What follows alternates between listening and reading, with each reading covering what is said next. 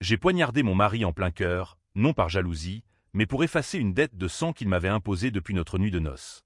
Et tandis que le sang goutte sur le parquet de notre appartement haussmannien, je savoure le silence avant l'arrivée des sirènes. Ce n'était pas un crime impulsif. C'était la conclusion d'une équation que j'avais résolue seul, dans l'ombre des boulevards parisiens, où les lumières de la Tour Eiffel dansent comme des mensonges sur la Seine. Je m'appelle Héloïse Duval, et Paris est ma prison dorée. À 35 ans, je suis cette femme qu'on croise dans les cafés de Saint-Germain-des-Prés, un livre de Sartre à la main, un café noir devant elle, l'air d'une intellectuelle désabusée. Mais derrière ce masque, il y a une rage qui bouillonne comme le vin rouge dans les verres des bistrots enfumés. Mon mari, Alexandre, était le prince des apparences, banquier chez BNP Paribas, collectionneur d'œuvres d'art volées aux musées provinciaux et amant de toutes les ombres qui osaient défier la lumière. Notre mariage, célébré sous les arches de Notre-Dame en 2015, n'avait été qu'un contrat masqué en romance. Il m'avait choisi pour mon pédigré, fille d'un procureur de la République, élève de l'école normale supérieure, parce que j'étais l'alibi parfait pour ses magouilles. Tout a commencé par une trahison si profonde qu'elle a remodelé mon âme comme un sculpteur foutaille le marbre. Lors de notre lune de miel à Nice, sur la côte d'Azur où les vagues claquent contre les yachts des oligarques russes, Alexandre m'a confié un secret. Ou du moins, ce qu'il croyait être un secret. Héloïse, ma chérie, j'ai besoin de toi pour une faveur. Une petite chose, insignifiante. Sa voix était douce, comme le mistral qui caresse les palmiers. Il m'a tendu une enveloppe scellée, des documents falsifiés pour un prêt bancaire de 100 000 euros, destiné à un « ami » en difficulté. J'ai signé, naïve, pensant que c'était un geste d'amour conjugal. Mais cet ami n'était autre que Victor Langlois, un truand de Marseille qui trempait dans le trafic d'antiquités pillées en Syrie. Le prêt n'était pas un prêt. C'était une couverture pour blanchir de l'argent sale, et mon nom y figurait comme garante principale. Les mois suivants, à notre retour à Paris, les premières fissures sont apparues. Des appels anonymes la nuit, des lettres glissées sous la porte de notre immeuble du Marais, avec des photos de moi signant ces papiers. « Tu es complice, salope », murmurait une voix rauque au téléphone. Alexandre balayait tout d'un rire. « Ce sont des jaloux, Héloïse. Oublie. » Mais je n'oubliais pas. J'ai fouillé son bureau un soir où il rentrait ivre d'une réunion au Fouquet's. Dans un tiroir verrouillé, j'ai trouvé des emails codés. Alexandre n'était pas la victime, il était le marionnettiste. Il avait utilisé mon nom pour piéger Victor, le forçant à rembourser une dette imaginaire en cédant des artefacts volés. Et quand Victor a refusé, Alexandre a monté un coup. Il m'a fait endosser la responsabilité légale, me transformant en bouc émissaire pour un cambriolage fictif d'un entrepôt à Bastille. C'est là que la première lame a entaillé mon cœur. La police est venue un matin pluvieux de novembre 2016. 2 inspecteurs en imperméable trempé, frappant à la porte comme le destin. « Madame Duval, vous êtes soupçonnée de complicité dans un blanchiment d'argent et un vol qualifié. » Alexandre, feignant la stupeur, m'a serré dans ses bras devant eux. « C'est une erreur, messieurs. Ma femme est innocente. » Mais ses yeux brillaient d'un éclat froid, comme les diamants qu'il offrait à ses maîtresses. J'ai passé une nuit au commissariat du 4e arrondissement, interrogé sous les néons blafards, tandis que des flashbacks de notre mariage me hantaient. Comment avait-il pu? Moi, qui avais renoncé à ma carrière de professeur de littérature pour le suivre dans ses ambitions folles. Libéré sous caution, grâce à ses avocats véreux, j'ai feint l'amnésie. Mais intérieurement, un feu s'allumait. J'ai commencé à creuser, comme un archéologue fouillant les ruines de Pompéi. Des nuits entières dans la Bibliothèque nationale de France, à microfiche jaunie, à retracer les flux financiers. J'ai découvert que Victor n'était pas un simple truand. Il était l'ex-amant d'Alexandre, un lien du passé gay caché sous des années de mariage hétéro. La trahison n'était pas seulement financière, c'était intime, viscéral. Alexandre m'avait épousé pour couvrir ses traces, et quand Victor a menacé de tout révéler, il m'a sacrifié. Les mois suivants ont été un labyrinthe de mensonges. Alexandre rentrait tard, prétextant des dîners d'affaires à la Tour d'Argent, mais je le pistais avec une application discrète sur son téléphone. Ses rendez-vous secrets au cimetière du Père-Lachaise, où il rencontrait des ombres en costume sombre. Un soir, je l'ai suivi jusqu'à un bar clandestin sous les catacombes, où l'air pue le moisi et les secrets. Là, j'ai entendu sa voix. Héloïse paiera pour nous deux. Elle est parfaite pour ça, intouchable par son père. Victor riait, un rire rauque comme le gravier sous les pneus d'une Renault. Ils complotaient ensemble, ces 2 serpents enlacés. Ma vengeance a germé comme une vigne sauvage dans les vignobles de Bordeaux. D'abord, subtil. J'ai falsifié des preuves contre Victor, un faux témoignage anonyme à la police, insinuant qu'il était le cerveau du blanchiment. Puis, contre Alexandre, des virements détournés sur un compte offshore à Monaco, effaçant lentement ses gains illicites. Mais il était rusé, mon mari. Il a senti le vent tourner. Une nuit, il m'a confronté dans notre chambre, les rideaux tirés sur la vue de la Seine scintillante. « Qu'est-ce que tu mijotes, Héloïse ? Tes petits jeux d'espionne. » Son souffle empestait le cognac. J'ai souri, feignant l'innocence. « Rien, chérie. Juste de l'amour. » Pourtant, la tension montait comme la marée à Mont-Saint-Michel. Les 100 000 € du prêt initial, ils étaient devenus une dette explosive, un compte à rebours invisible. Victor exigeait le remboursement, menaçant de me livrer aux autorités si Alexandre ne payait pas. Et Alexandre, ce lâche, m'avait verrouillé dehors de la vérité, me laissant affronter seul les loups. J'ai décidé de frapper fort. Un plan audacieux, infiltrer leur réseau via une fausse identité, une galeriste d'art nommée Claire Moreau. Avec un tailleur Chanel volé et un accent provençal appris dans des podcasts, je me suis glissé dans leur soirée privée au Louvre, où les toiles de Monet servent de décor à des deals obscurs. La première rencontre avec Victor a été électrique. Dans une salle privée du musée, entouré de gardiens complices, il m'a serré la main. « Madame Moreau, enchantée. Vous cherchez des pièces rares. » Ses yeux, verts comme l'absinthe, fouillaient les miens.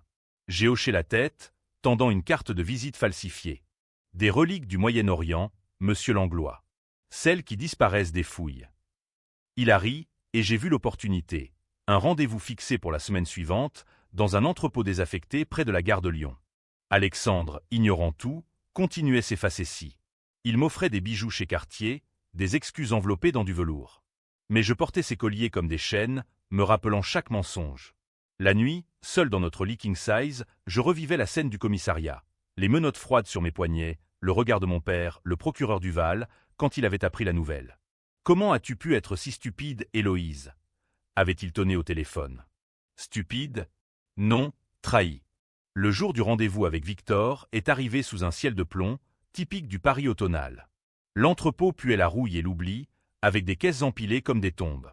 Victor était là, flanqué de 2 gorilles tatoués. « Montrez-moi la marchandise » ai-je dit, la voix ferme. Il a ouvert une cratte, des statuettes assyriennes, volées, valant des fortunes. Mais au lieu de négocier, j'ai sorti mon atout, un enregistreur dissimulé dans mon sac Birkin. J'ai tout sur vous, Langlois. Et sur Alexandre. Fini les cachotteries. Son visage s'est décomposé, un masque craquelé. Qu'est-ce que... Mais avant qu'il ne réagisse, j'ai appuyé sur play. Sa voix, enregistrée lors d'une surveillance. Le prêt à Duval, c'est pour couvrir nos traces. Elle signe, on la jette au chien. Les gorilles ont avancé, mais j'ai hurlé. Police! Sortez les mains en l'air. Un coup de bluff magistral. J'avais prévenu un contact anonyme au quai des Orfèvres, un inspecteur corrompu que j'avais racheté avec des économies secrètes. Le chaos a éclaté. Coup de feu étouffé, cri dans l'ombre. Victor s'est enfui par une porte dérobée, me laissant face au sbire. J'ai couru, le cœur battant comme un tambour de la Bastille, jusqu'à la rue où une pluie fine lavait les pavés. Derrière moi, les sirènes hurlaient déjà. J'avais gagné une bataille, mais la guerre ne faisait que commencer. Alexandre saurait bientôt, et sa vengeance lui serait impitoyable.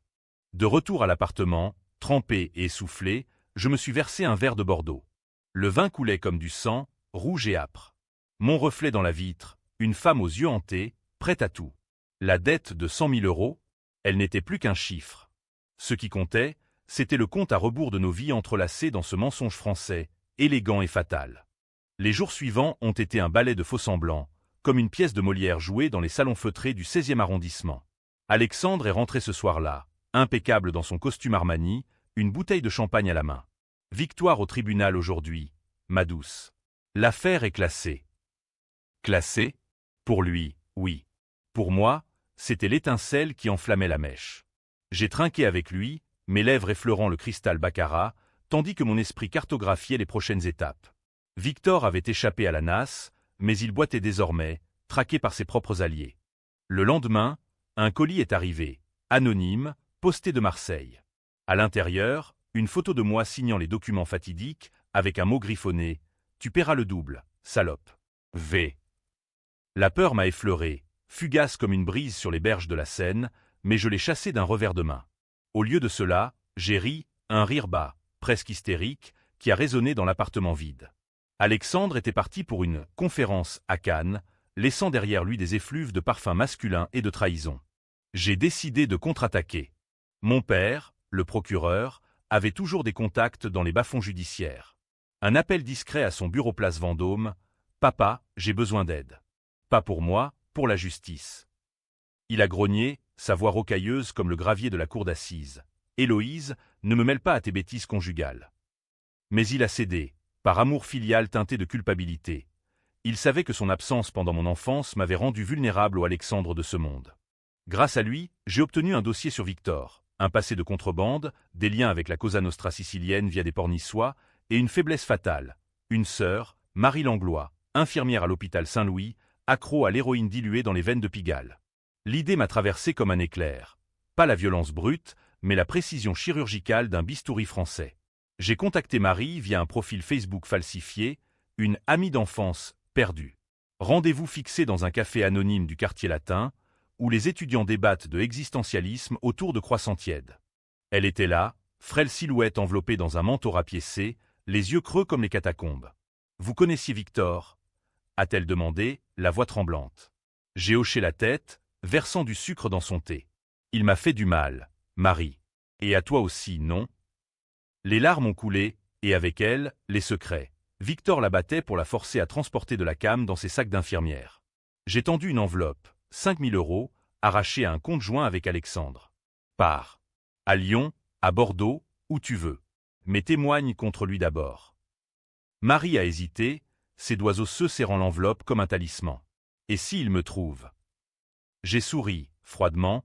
Il ne te trouvera pas. Pas si tu parles. Elle a signé une déposition, manuscrite sur une nappe en papier, et s'est évaporée dans la foule des touristes près de la Sorbonne.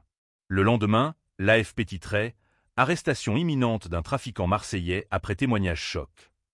Victor était cerné, et Alexandre, mon époux chéri, commençait à transpirer. Il l'a su lors d'un dîner au Plaza Athénée, entouré de couples factices comme nous. Son téléphone a vibré, et son visage s'est figé, pâle comme un marbre de Rodin. « Qu'est-ce qui se passe ?» ai-je murmuré, piquant dans mon foie gras. Il a rangé l'appareil.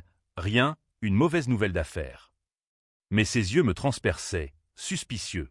Cette nuit-là, pour la première fois depuis des mois, il m'a touché, non par désir, mais pour sonder. Ses mains sur ma peau étaient comme des menottes invisibles, et je me suis laissé faire, feignant l'abandon, tandis que j'enregistrais chaque mot soufflé dans l'oreiller. Victor est foutu. Et toi, Héloïse, tu restes en dehors de ça. Mais j'étais déjà dedans, jusqu'au cou.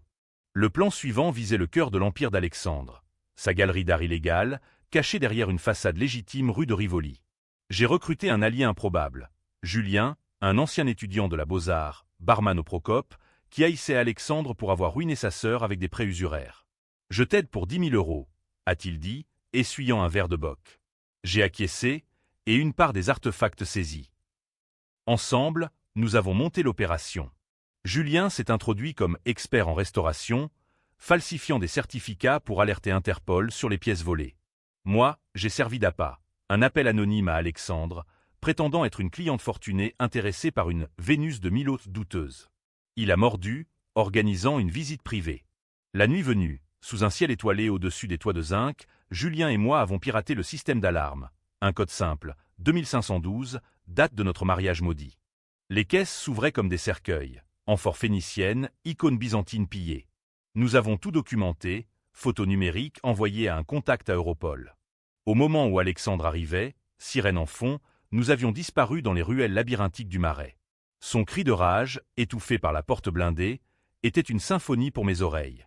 Pourtant, la revanche avait un prix. Mon père m'a appelé, furieux. « Héloïse, qu'as-tu fait ? Interpol fourit partout, et ton nom ressort encore. » J'ai raccroché, le cœur serré. La dette de 100 000 €, elle s'était muée en un gouffre. Alexandre avait contre-attaqué en gelant nos comptes, me laissant sans un sou dans la ville des Lumières. J'ai dû squatter un studio miteux à Belleville, chez une voisine immigrée, mangeant des baguettes sèches en écoutant les appels à la prière depuis les minarets cachés. Victor, acculé, a riposté. Un matin, en sortant pour un café au marché des Enfants Rouges, une voiture noire m'a frôlé, pneus crissant sur les pavés humides. Le chauffeur, un sbire de Victor, hurlant « Duval, tu es morte ». J'ai couru, le pouls affolé, jusqu'à un abri dans la crypte de Saint-Séverin. Là, dans l'ombre des piliers gothiques, j'ai pleuré pour la première fois. non de peur, mais de solitude. Paris, ma ville bien-aimée, se muait en traquenard. Alexandre, ce serpent, a multiplié les coups. Il a contacté mon père, feignant l'inquiétude. Héloïse est dépressive, elle invente des histoires. Le procureur, crédule, m'a convoqué. Dans son bureau lambrissé, entouré de codes pénaux reliés cuir, il m'a sermonné. Rentre à la maison, ma fille. Laisse la justice faire. Mais la justice était pourrie, comme un camembert oublié. J'ai refusé, claquant la porte sur son regard déçu. La tension culminait. J'ai décidé de frapper au vif. Un rendez-vous avec Alexandre, sous prétexte de réconciliation. Au restaurant Le Train Bleu, sous la verrière de la gare de Lyon, j'ai posé la question fatidique. Pourquoi m'as-tu trahi? Il a ri, sirotant son pastis. Trahi? C'était pour nous protéger, Héloïse. Victor menaçait tout. Mensonge. J'ai sorti l'enregistreur, jouant sa voix complice. Son visage s'est tordu, et pour la première fois, j'ai vu la peur pure, animale. Il s'est levé, renversant le vin rouge comme du sang. Tu vas payer pour ça. Mais je l'ai devancé, glissant un somnifère dans son verre avant. Il s'est effondré, et j'ai fouillé ses poches, un billet pour Genève et une clé USB. Dedans, le twist, des preuves que Victor n'était pas l'unique coupable. Alexandre avait un partenaire plus haut, un député UMP, impliqué dans le financement occulte de campagne. La toile s'élargissait, et moi, l'araignée au centre. De retour dans mon squat, USB en main, j'ai souri dans le miroir fêlé. Le compte à rebours battait. 100 000 € n'était plus qu'un détail. La vraie dette était morale, et je la collecterais en sang. Le vent de la trahison soufflait plus fort, charriant les odeurs de friture des stands de rue à Bastille. Avec la clé USB, j'avais une arme nucléaire, mais la charger demandait de la prudence, comme un horloger suisse assemblant une montre Patek Philippe. J'ai contacté un journaliste freelance, Raoul, un rescapé du Canard enchaîné, qui haïssait les élites plus que les rats des égouts parisiens. Rendez-vous dans un bar-tabac enfumé du 11e, où les habitués jouent à la belote en marmonnant contre Macron. « Qu'est-ce que tu as pour moi, Duval » a-t-il demandé, allumant une gauloise illégale. J'ai glissé la clé. De quoi faire sauter un gouvernement. Mais protège-moi. Ses yeux ont pétillé derrière ses lunettes rondes. Pour une exclue, je te dois une fière chandelle. Il a disparu dans la nuit, et 2 jours plus tard, Le Monde titrait « Scandale financier, un député impliqué dans trafic d'art volé ». Le nom d'Alexandre n'y figurait pas encore, mais les ondes de choc se propageaient comme des cercles sur l'eau du bassin du Luxembourg. Victor, acculé comme un loup dans une nasse, a contre-attaqué sauvagement. Sa sœur Marie avait parlé, et il l'avait retrouvé à Lyon, un corps flottant dans la Saône, officiellement un suicide. L'AFP l'annonçait sobrement, femme de 28 ans retrouvée noyée. Mais je savais. Un appel masqué ce soir-là, c'est ta faute, Duval. La prochaine, c'est toi. Sa voix était un râle, imprégné d'accent marseillais et de haine pure. J'ai raccroché, le ventre noué, et pour la première fois, le doute m'a assailli. Étais-je devenu comme eux, un monstre forgeant des monstres? Alexandre, sentant le filet se resserrer, a tenté la diplomatie. Une lettre manuscrite, livrée par coursier, « Ma chérie, rentrons. J'ai tout arrangé. Victor est hors jeu. Hors jeu? Mort, voulait-il dire. J'ai déchiré le papier, mais gardé l'enveloppe, parfumée à l'eau de Cologne, avec un post-scriptum codé, un numéro de compte suisse. Il offrait la paix, mais à quel prix? Mon silence. Au lieu de cela, j'ai approfondi le terrier. La USB révélait plus. Alexandre n'était pas seulement un escroc, il était un caméléon. Des emails datant de 2010 montraient qu'il avait trahi Victor pour un autre amant, un diplomate au Quai d'Orsay, avant de me rencontrer.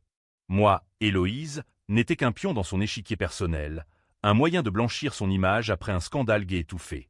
La rage m'a consumé comme un feu de joie à la fête de la musique, incontrôlable et festive dans sa destruction. J'ai décidé de l'attirer dans un piège fatal. Un faux message depuis le téléphone de Victor, piraté via Julien.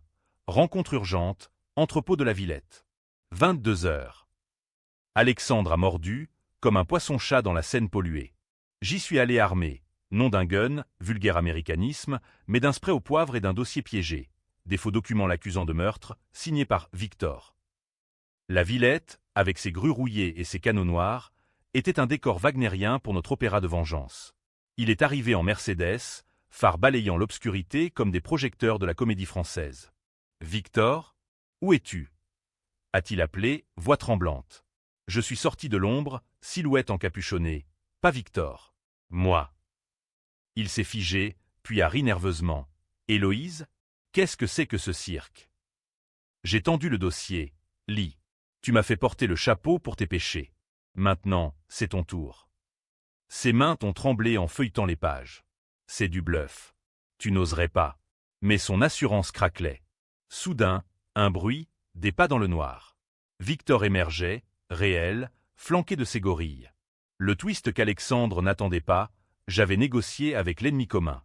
On partage, Duval, avait grogné Victor au téléphone. Moitié les preuves, moitié la peau de ce traître. Le chaos a éclaté. Alexandre a bondi, griffe sortie, mais Victor l'a plaqué au sol, un couteau à la gorge. Tu m'as baisé, salaud. Et elle aussi. J'ai reculé, observant la scène comme un metteur en scène. Les coups, les cris étouffés, le sang giclant sur le béton mouillé. Alexandre rampait, suppliant. « Héloïse, aide-moi. On est mariés. » Mariés? Un contrat périmé. J'ai tourné les talons, laissant Victor achever l'œuvre. Les sirènes lointaines étaient ma berceuse. Mais la victoire était amère. De retour à Belleville, un appel de Raoul. « Ton mari est à l'hôpital. Lacération grave, mais vivant. Et il parle de toi. » Mon cœur s'est arrêté. Alexandre, ce renard, avait survécu en jouant la victime. Ma femme m'a tendu un piège avec l'Anglois. La police me traquait désormais, portrait robot dans les journaux. Paris, ma forteresse, devenait un labyrinthe hostile. J'ai fui vers les banlieues, un RER bondé vers Saint-Denis, où les tours HLM dressent leurs silhouettes grises contre le ciel bas. Chez une cousine éloignée, j'ai attendu, compulsant les news sur un vieux laptop. Le scandale enflait, le député arrêté, des ramifications jusqu'à l'Élysée. Mais moi, j'étais la méchante, la femme éplorée trahie par son époux, ou la furie vengeresse. Les éditos du Figaro me dépeignaient en sorcière, tandis que Libé murmurait une symphonie de solidarité féministe. Victor m'a contacté, on a gagné, Duval. Mais il reste 100 000 € à régler. Règle, il voulait sa part. J'ai refusé, et la chasse a repris. Une nuit, des ombres ont forcé la porte de la cousine. J'ai sauté par la fenêtre, atterrissant sur un tas d'ordures, courant à travers les ruelles puant l'urine et l'espoir brisé des immigrés.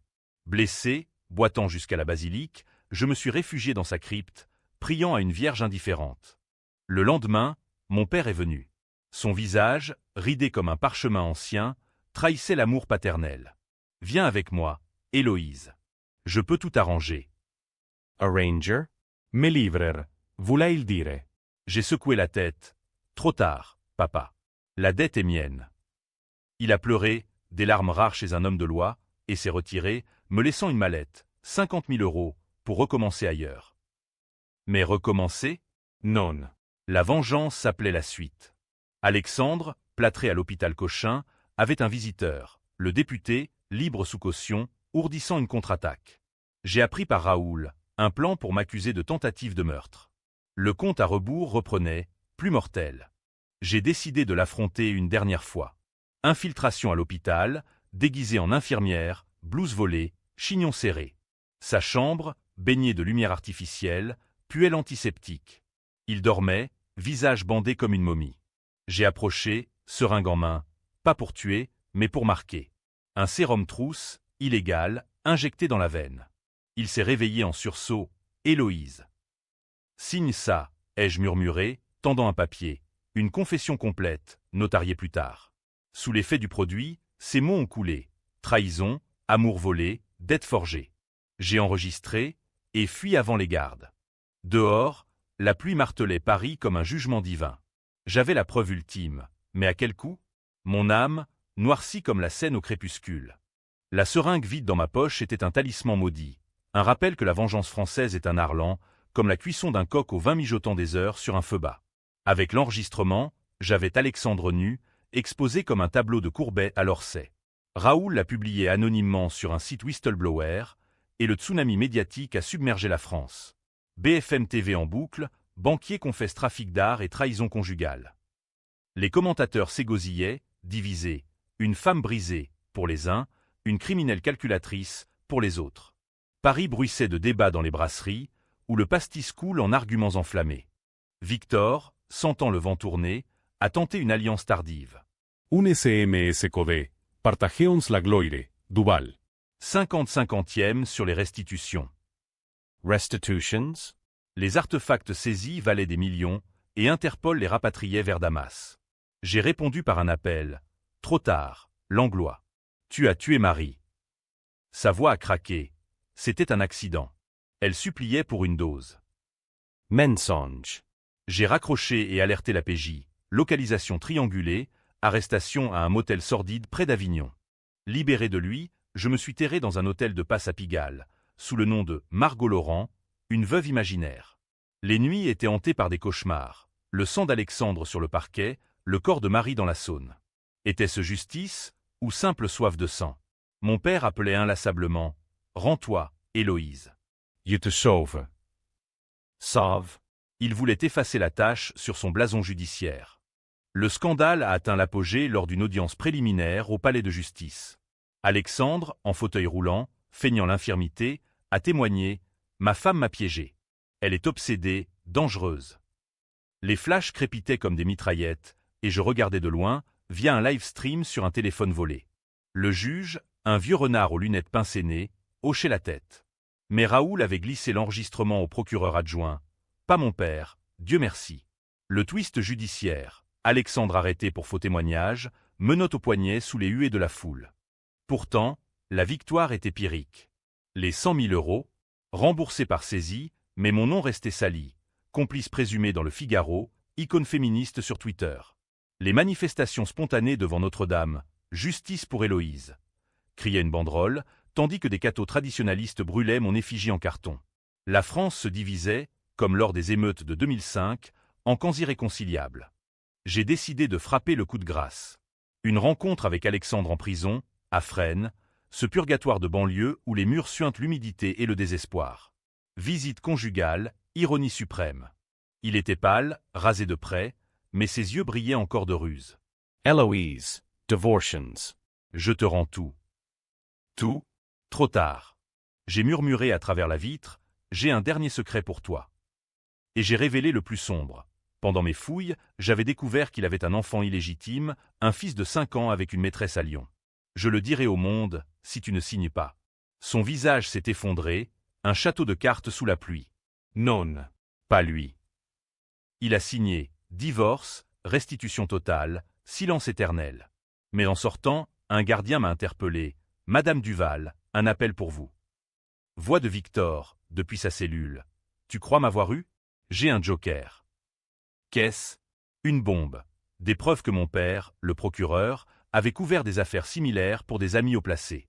Le twist familial, un poignard dans le dos. Choqué, j'ai confronté mon père ce soir-là, dans son appartement haussmannien de l'île Saint-Louis. C'est vrai? Ai-je hurlé, brandissant des copies faxées par Victor. Il s'est affaissé dans son fauteuil Voltaire. Pour te protéger, Héloïse. Pour nous tous. Nous? Sa carrière, ses ambitions.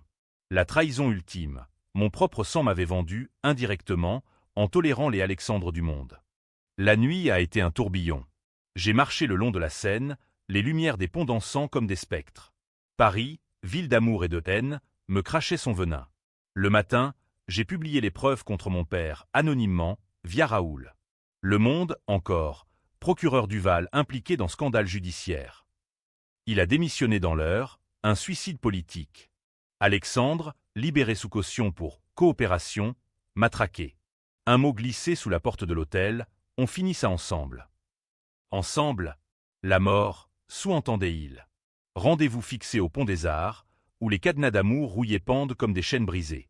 La nuit tombante, brume sur l'eau, il était là, canne à la main.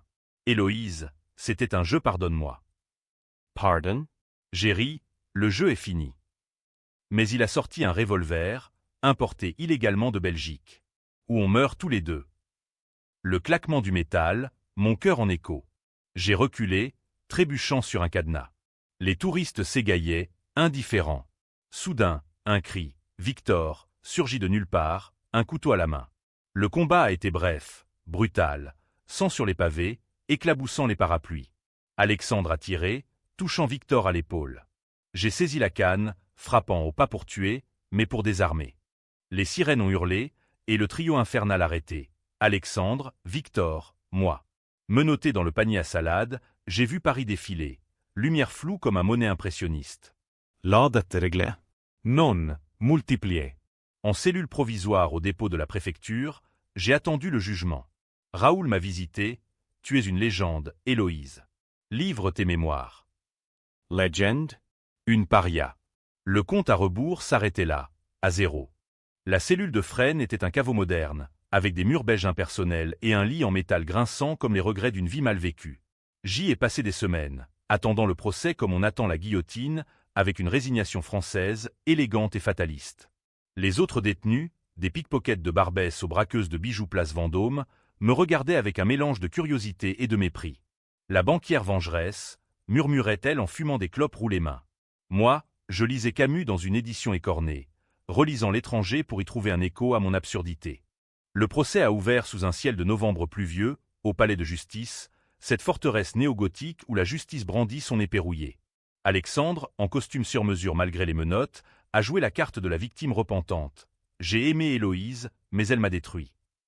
Victor, plus basané, a balancé des accusations croisées. C'est elle qui a tout orchestré.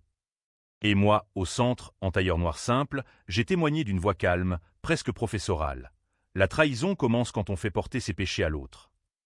Les avocats ont dansé leur tango. Le mien, une avocate féministe de Meudon, plaçant l'amour toxique. Celui d'Alexandre, un ténor véreux, évoquant la folie. Les jurés, un mélange de fonctionnaires lasses et de mères au foyer indigné, ce chien en camp, elle mérite la prison, chuchotait une blonde du 92. C'est un héros contre les machos, répliquait une prof de banlieue. Les médias amplifiaient. CNews me diabolisait, France Inter me sanctifiait. Paris vibrai de petitions, liberes Eloise. Et de contre-manifs, où des hommes en cravate brûlaient des photos de moi. Le twist final est survenu le dernier jour, comme un coup de théâtre de Racine. Mon père, ex-procureur brisé, monte à la barre comme témoin surprise. Son apparition, cheveux blancs ébouriffés, costume fripé, a figé la salle. J'ai couvert des crimes, oui, a-t-il avoué, voix chevrotante. Mais pour protéger ma fille d'un monde pourri.